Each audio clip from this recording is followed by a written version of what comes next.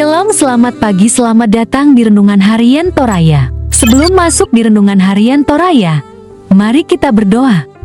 Bapa di dalam nama Tuhan Yesus, kami akan baca firman-Mu, biarlah firman-Mu tetap tinggal di hati kami. Dan kami lakukan setiap hari di dalam nama Tuhan Yesus, amin. Pembacaan terdapat pada Kisah Para Rasul pasal 10 ayat 23b sampai 33. Ia mempersilakan mereka untuk bermalam di situ.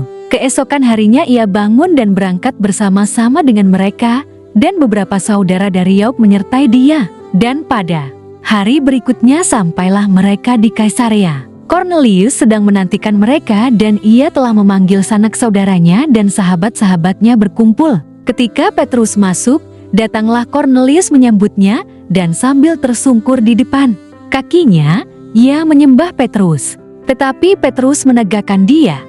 Katanya, "Bangunlah, aku hanya manusia saja." Dan sambil bercakap-cakap dengan dia, ia masuk dan mendapati banyak orang sedang berkumpul. Ia berkata kepada mereka, "Kamu tahu betapa kerasnya larangan bagi seorang Yahudi untuk bergaul dengan orang-orang yang bukan Yahudi atau masuk ke rumah mereka.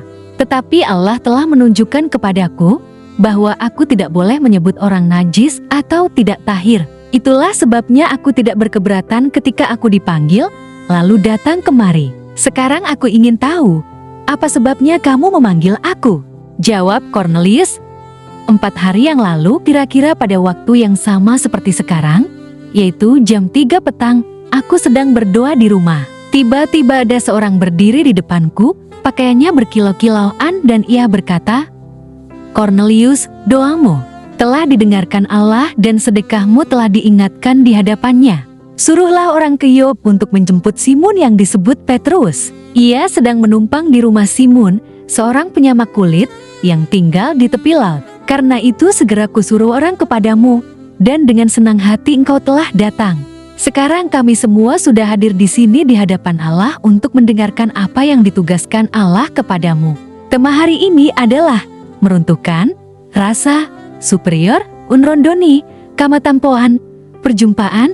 Petrus dan Kornelius merupakan sebuah kisah yang mempertemukan dua rasa superior menjadi setara karena Injil. Kedua orang ini sama-sama memiliki tradisi yang membuat mereka menonjolkan sebuah nilai tertentu. Petrus sebagai orang Yahudi hidup dengan perasaan bahwa kuasa penyelamatan Allah hanya berlaku bagi orang Yahudi saja. Bahkan rasa superior Yahudi ini menganggap orang lain najis ayat ke-28.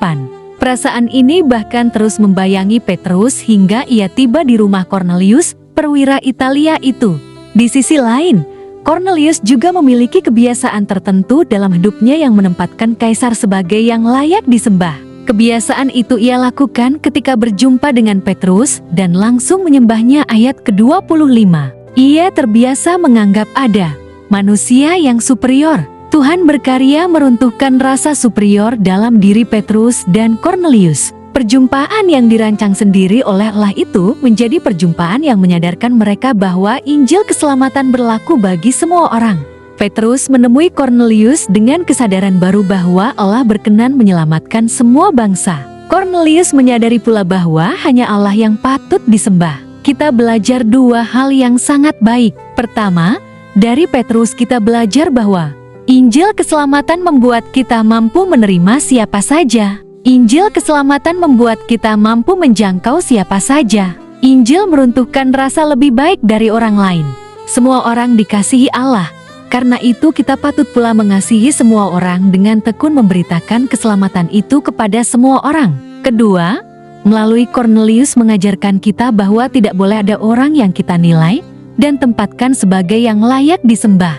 Kita dapat saja menghargai orang lain karena tugas dan perannya yang besar, tetapi bukan untuk menyembahnya. Belajarlah kepada Petrus dan Kornelius yang mampu menerima kehadiran Allah yang meruntuhkan rasa superior mereka. Dan lihatlah, pada akhirnya Injil sungguh-sungguh membawa nilai kesetaraan yang menyejukkan dan penuh damai sejahtera. Mari menikmati keselamatan dalam Yesus Kristus bersama dengan semua orang tanpa rasa superior. Amin. Mari kita berdoa. Bapa di dalam nama Tuhan Yesus, Kami sudah baca firman-Mu, biarlah firman-Mu tetap tinggal di hati kami, dan kami lakukan setiap hari di dalam nama Tuhan Yesus. Amin. Selamat beraktivitas. Tuhan Yesus berkati. Amin.